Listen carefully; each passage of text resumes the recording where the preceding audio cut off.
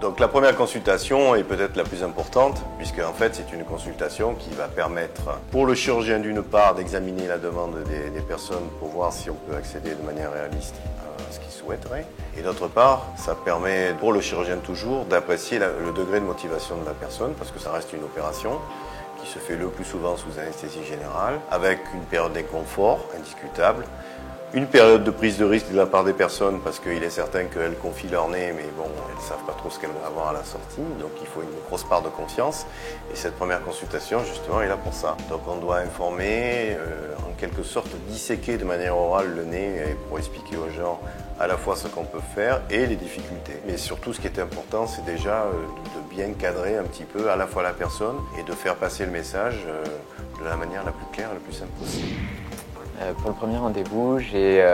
on a surtout parlé de déjà ce qui me complexait par rapport à mon nez, sur quel point on pouvait intervenir et ce qui allait changer. On m'a surtout montré les papiers, qu'est-ce qui allait se passer si je me faisais opérer. On m'a prévenu sur les problèmes qu'il pourrait y avoir en post-opératoire,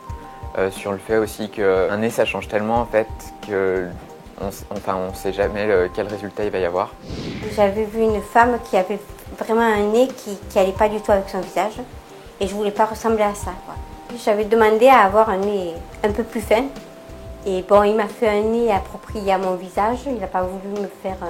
un nez qui choquerait. La deuxième consultation est une consultation qui permettra déjà de voir au chirurgien, de voir le degré de motivation de la personne puisqu'elle est revenue, mais en même temps de faire une simulation pour expliquer, pour voir un petit peu comment le chirurgien pense faire le nez de cette personne et traduire en images son plan de traitement. Lors de la deuxième consultation, il y a eu des petites simulations en fait, par informatique. Ça m'a vraiment conforté dans mon choix et ça m'a vraiment poussé à faire l'opération.